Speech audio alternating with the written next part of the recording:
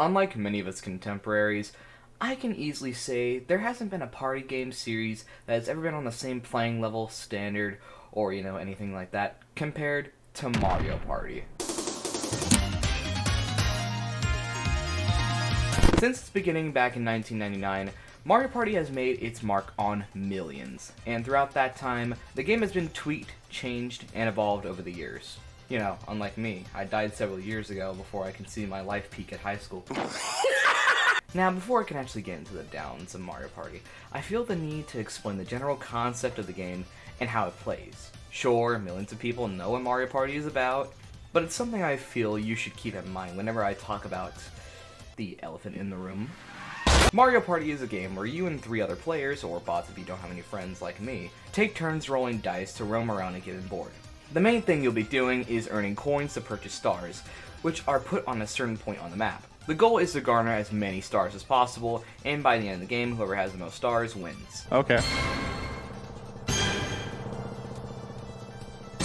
To anyone who hasn't ever played Mario Party, or hasn't ever touched a party game in the first place, the game might sound a little bare bones. That's where the addition of the external factors come into play. At the end of everyone's turn, a minigame will be chosen where the players will compete to win a good chunk of coins, despite a lot of them either being simple, really stupid, or a combination of the two. No! Minigames add a well-deserved break in between turns, and in most cases, add a skill factor to the game. It's something that can guarantee a reward for those who are good enough, or lucky enough, to win. The minigames are a major staple to Mario Party. Without them, the game would be way too boring, and no better than just sitting down in real life and playing Monopoly, or Animal Crossing Amiibo Festival, or Hey Pig. Items are also extremely integral to Mario Party. They can either be earned by purchasing them in a shop that a player can roll by, or they can be randomly given when landing on an item or lucky space. There is a large variety of items across all of the games in the series. Some returning favorites include the Warp Pipe, where you can teleport or swap places with another player, the Boo Bell or Crystal Ball, where you can call in a favor from Boo to either steal coins or, if you're a rich bastard, steal stars from another player. Why? You're a hard level CPU? What the frick's wrong with you? Why is Mario punching a ghost? What is he doing? That's the basic plot of Luigi's Mansion. That's how he got captured. And also the Genie Lamp or Golden Pipe, which can take you directly to the star. No strings attached if you're able to afford it. Items are another key factor to Mario Party. They add an element of strategy to the way you play the game. If you're able to utilize your items to the best of your abilities, and benefit yourself to the best way you can in the place that you are in, it can make the game all the more interesting to play. Oh yeah, I'm still not done.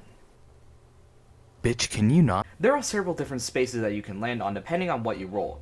Blue spaces give you coins, red spaces takes away coins, green event spaces cause a random event to occur on the map, which can either be good or bad. Versus spaces cause a versus minigame to commence, where every single player chips in a certain amount of coins, and whoever wins the minigame gets the pot. Chance time spaces activate, chance time.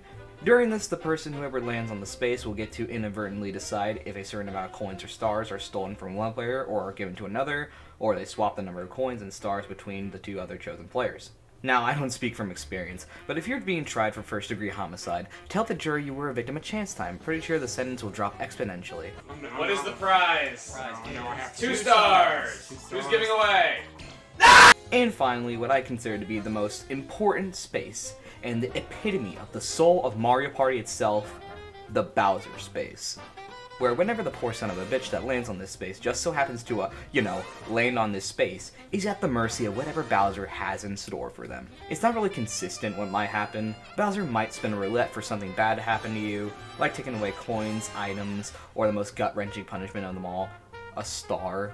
No!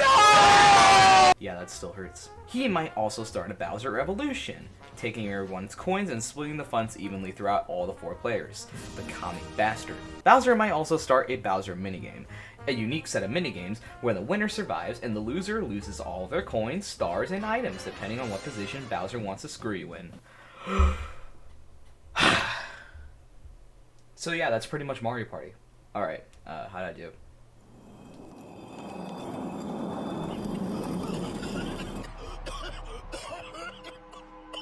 Oh shit, okay. In short, Mario Party might have changed over the years, but these key elements and the combination of juggling luck and skill, as well as having the large amount of strategic freedom you do have, make for an amazing party experience to have fun with. It's what makes Mario Party, Mario Party. Now, you'd expect after so many years of consistent, safe success from the Mario Party series, as well as me going on an entire rant about the inner workings of Mario Party, Nintendo would not have desire to change one of the most successful party game franchises of all time, right?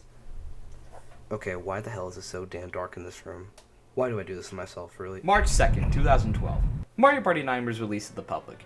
After the lackluster performance that Mario Party 8 gave in terms of copies sold... Okay, so tiny correction. This statement I make here that Mario Party 8 had lackluster sales is entirely wrong. From what I was able to research, Mario Party 8 has sold over 8 million copies in total. It's actually the 12th best-selling game on the Wii. I'll be honest, I don't really know how this mistake flew right over my head. I guess when I was trying to make this statement, I was thinking about Mario Party 9's total copies sold being 2 million, but still. I can only assume that after a decade of the same old gameplay style nearly every other Mario Party game before the next replicated, Nintendo wanted to bring a new spin to the series, something that is completely different from the original and is also 9 times as worse. Mario Party 9 times as worst. Okay, no, that's stupid. I'm cutting that. Mario Party 9's main new spin it brings to the series is the addition of the cursed cart mechanics, where all 4 players are put in the same cart and move with one another, not independently. Now, considering that I just went on an entire tangent about why strategic freedom in a luck-based party game like Mario Party is the crux of its success, yeah, this new way of play just isn't something that Mario Party ever even needed, let alone to completely replace the main game mode with. Now, I could just make a video talking about why Mario Party 9 sucks as bad as it does, but why not talk about why Mario Party 9 sucks as well as this monstrosity?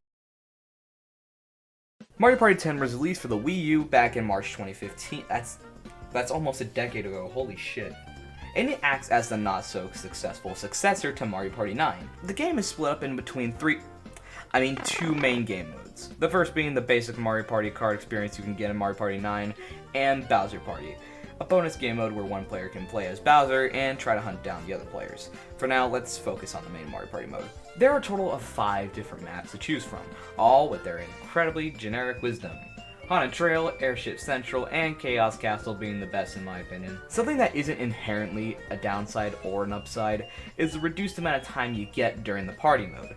The average game of Mario Party 10 is about 30 minutes long. Now, this is mainly a side effect of the game being on rails rather than working off a turn-based system.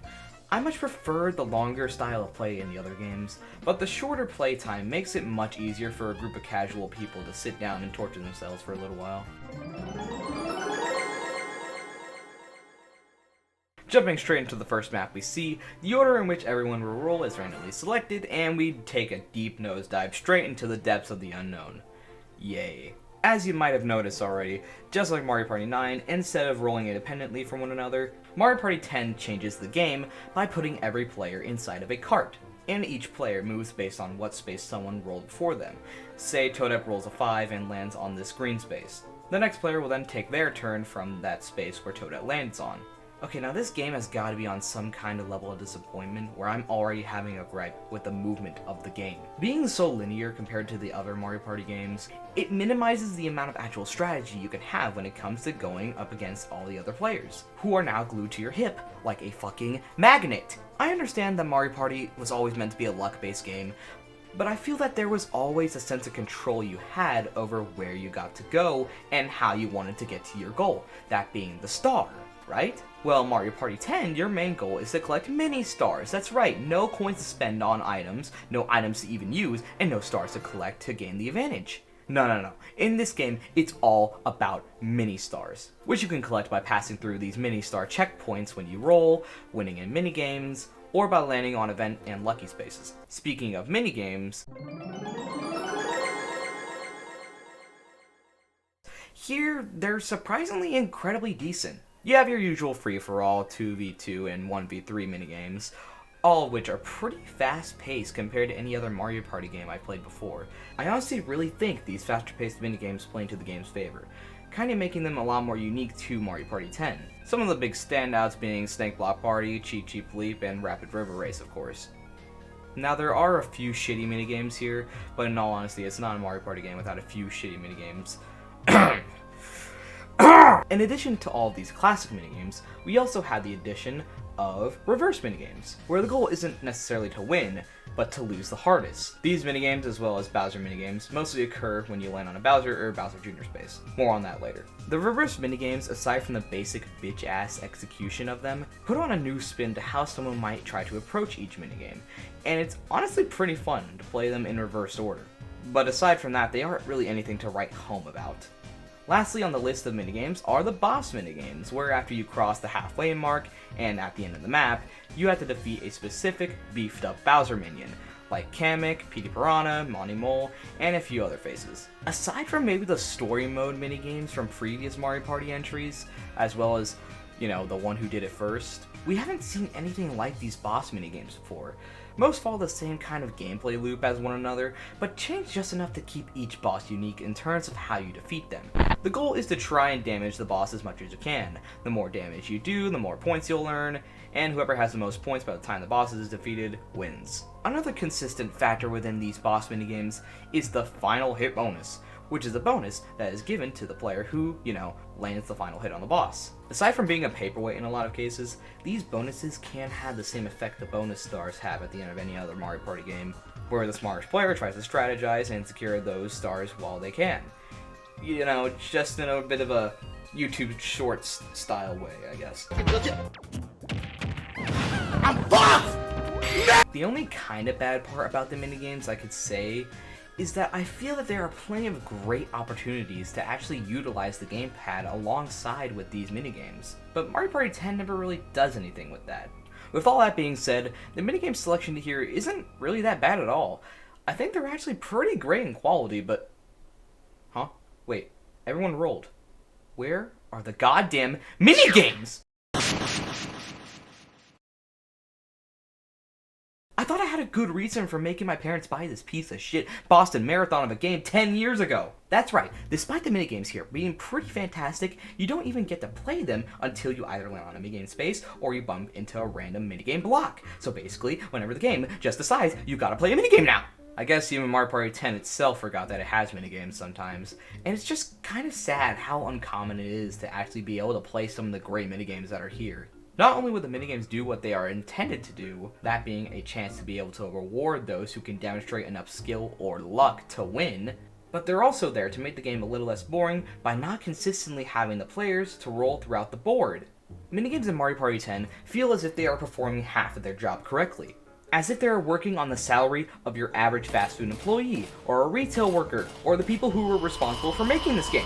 As much minigame footage that I was able to get, it is mainly down to absolute luck if you do get a minigame. There have been entire games of Mario Party 10 that I've played where I've gotten only 2 or 3 minigames, not including the guaranteed boss minigames. I feel that in this game, you spend way too much having to roll across the one-way linear board than being able to at least play the minigames. Unlike every other Mario Party game before 9 and 10, there are also no items that you can use to spruce the game up a little bit. Items have been replaced by dice blocks, which you can collect by landing on a blue space or by passing the obligatory Toad House.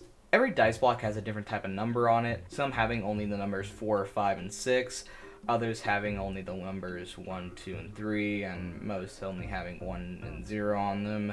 On the rare side of generically stupid dice you can collect, you also get double dice, and as well as slow dice blocks, and yeah, that's pretty much it. I mean, come the hell on, man. I thought the price on Gamecube games during 2023 were a kick in the balls, but this is just embarrassing. Dice blocks, in terms of serving as a replacement to items, do a horrible job. Not only to be unique, but it also dumbs down the capabilities a player has to have the advantage over another. Okay. For example, let's take the warp pipe or warp block from any other Mario Party game. You have the opportunity to swap spaces with another player, either randomly or by timing. Now, a pipe might seem pretty generic on paper, similar to the dice blocks in Mario Party 10, but unlike Mario Party 10, there are major plays you can make by simply being able to swap spaces with another player. Like being able to steal a star from them if they are in rolling distance from that star and you can use the item first. Mario Party 10 doesn't have any kind of strategy for your item uses aside from... Hey, look at that, I just rolled a 1. Wait, what's happening? Shit. Looks like one of the only good remaining factors that still exist in Mario Party 10 are the Bowser or Bowser Jr. spaces, where whatever poor staff happens to land on it gets either punished or some sort of significant high-stakes event takes place that can change the entire course of the game. Now, at the start of every game, you don't immediately deal with Bowser spaces right away. You first have Bowser Jr. spaces, which are much minor in comparison to Bowser spaces. Must be because his dad is in jail for human trafficking violations, because if you take a look at the gamepad, Bowser is literally behind bars. Bowser can only appear if the players happen to roll every number on the dice block, 1 through 6. And whoever happens to roll the last number needed, Bowser will break out of his jail, steal half of the recipient's mini stars, and then replace every Bowser Jr. space with a Bowser space, while also adding more of his space elsewhere on the map. Sounds like a fun time, right? Well, fuck that, because if you just so happen to not roll every number on the dice block until you reach the home stretch, you just don't get Bowser spaces. Instead, Bowser Jr. spawns a bunch of his boring-ass Bowser Jr. spaces all over the place. Now, if it sounds like I'm making a much more bigger deal out of this than it actually is, you're right. But I mean, come on! This is like how they treated bad luck spaces in Super Mario Party, where they only truly became bad luck spaces during the last 2 turns of the game. But you know, I guess it's slightly better. Lastly on the spaces is the Steal space, which acts as a replacement for Chance Time. A shitty replacement for Chance Time, I should say. Whoever lands on the space will spin a roulette on whoever is going to get their mini stars stolen from them, and how many will be stolen. This is surprisingly enough also a garbage replacement for Chance Time. Knowing that whoever lands on the space is guaranteed to benefit off of it, not only to mention how it bastardizes the purpose of Chance Time being, well, Chance Time, a space made to either screw someone into oblivion, screw yourself into oblivion, or somewhere below that or in between, now is just another outlet for someone to profiteer off of. And as another kick in the balls, it only appears at the very end of the board. With the exception of Airship Central. Also, yes, this is a transition. And just like that, the 30-minute adventure that felt like 12 business days is finally over. Upon reaching the end of the game, you tackle another boss minigame, and then the bonus stars are given out. Just like in other entries, bonus stars are given to players who perform the best in a certain category of the game. Some of the more common ones being the minigame star, whoever won the most minigames, the sightseer, whoever moved the most amount of spaces, etc. Here in Mario Party 10, there are a total of 5 bonus stars, only 2 of which are given out per game. And every bonus star you get is only worth 5 mini stars. 5 mini stars. That's it. I mean, that is the definition of a paperweight. One of the main purposes of bonus stars is to give a second chance for those who aren't winning to come out on top, or, you know, solidify the victory of whoever's winning. But giving out 5 mini stars, let alone 2 bonus stars per game, isn't going to help anyone. The players on top will remain on top, and the players who are struggling won't even have a chance of winning no matter who gets the bonus stars. Mario Party 10 in particular has a weird problem when it comes to landslide victories, mainly because it seems to happen a lot. With absolutely no chance of being able to change that once the game is done and dusted, it just makes it feel all the more uninteresting to play. Overall, Mario Party 10's main game mode is not only incredibly linear when it comes to how someone can strategize to win, but it neuters the general gameplay loop from playing minigames, buying items, and planning out the optimal route to go, to just hoping you roll at the right time and the right place. With the only thing stopping or helping you to achieve that goal are dice blocks with wildly varying usefulness. Even with the decent collection of minigames that you sometimes barely even get to play, Mario Party 10's cavalcade of issues simply can't be ignored.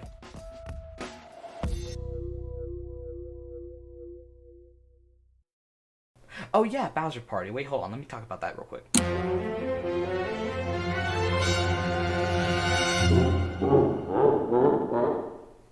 Bowser Party is the second game mode you can choose from, giving one person the ability to use the gamepad and play as Bowser, hunting down the other 4 players before they reach the end of the board. Funnily enough, this is probably the first ever Mario Party game to allow up to 5 people to play at once. So you know Mario Party 10? That's something unique you did, at least. Every game in Bowser Party starts just as normal. Instead of getting mini stars though, the 4 other players gets hearts, which is each respective player's health. It is the Bowser player's goal to reduce the other player's health through minigames. After everyone on the cart rolls, it is now Bowser's turn, who gets a total of 4 dice to catch up with the other 4 players, as well as getting 1 reroll option if the Bowser player doesn't roll high enough at first. But if the Bowser player does roll high enough to catch up with the other players, a Bowser minigame will commence. More on that soon. If the players manage to reach a halfway point where a mini-boss normally is, they are stopped by a Womp, and the players have to simply reduce the Womp's health by rolling. After it's defeated, the cart players are rewarded with some hearts by Toad. Oh yeah, there's another dice block here, I guess, only in this mode for some reason. Yeah, let's talk about the minigames now. The Bowser minigames are all separated in between 2 different categories. The calm minigames, or when Bowser is having this green effect on him, or the angry minigames, when he is, well, pissed off, which in those minigames takes more hearts away when Bowser does damage. I have to say that in terms of the visual department, these Bowser minigames are easily my favorite aspect of the game. A lot of them have this very flashy casino gambling theme, very similar to the themes used in 3D World, which I am a pretty big fan of in all honesty. I like 100% it like 3 times already. Plus it just looks so great with the HD that the Wii U brings. Gameplay though, some of the minigames can be a bit hit or miss in terms of balance. Sometimes the 4 of the players can literally do nothing about getting hurt, which I get. The main point is to avoid getting into Bowser minigames, but I mean, come on. Sometimes the minigames are way too short, other times they feel like 12 business days to complete. But despite these inconveniences, a lot of the Bowser minigames are really fun. Upon reaching the home stretch point, Bowser is getting a slight buff by Junior, either giving him an additional dice or adding more Bowser Jr. spaces, which also benefits him if the other players land on it. And oh yeah, Bowser Jr. spaces are here too, I guess. Junior spaces pretty much do the same thing they do in the regular party mode, but in addition to that, they can give Bowser Big Bad Bowser mode, which pretty much allows the Bowser player to pick whatever minigames they want. Once the 4 players reach the end of the board, they are confronted by Junior and 2 other Bowser goons. Here, the Bowser player has to pick one of 3 of the enemies to give the star to. If the 4 players correctly guess which enemy has the star, they win the game. But if they guess incorrectly, they get sent back a few spaces, allowing Bowser to finish them off before they can reach the end. And yeah, that's pretty much Bowser Party. Aside from the minigames sometimes being unbalanced and too much in favor for Bowser to win, this side game mode is easily the best part of Mario Party 10. Which is kind of saying a lot because Bowser Party is mediocre at best. Mediocre? Yes.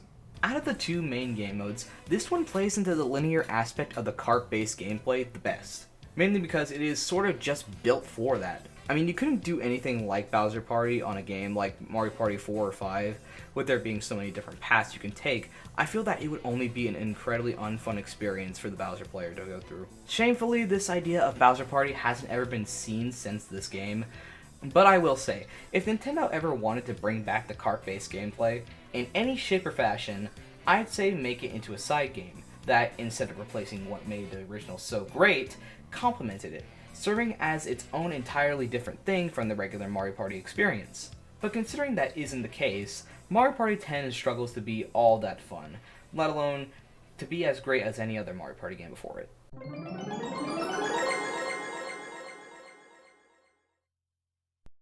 Now when it comes to my opinion about this game, it's kind of complicated. I've had a really deep history with this game in particular. I remember playing Mario Party 10 for hours on end with my friends and family, and whenever you just spend some time to sit down and have a good time playing games with the people you love, it's kind of hard to look at the glaring issues it has. But I'd be lying straight to your face if I said that this game isn't flawed whatsoever. Do me a solid, look me dead in the eyes, and tell me what exactly makes Mario Party 10 so bad? Well, cards are the bane of my existence, the dice blocks replacing items was a piss poor idea, the minigames were great, should have happened more often though, the boards were way too generic at theming, and in general, Mario Party 10 and 9 strip away everything that made the original Mario Party fun, and it butchered it, turning a fun and strategic party game to dice block hell. To put it simply, Mario Party 10 sort of acted as a wake-up call for Nintendo. Something that's telling them, no.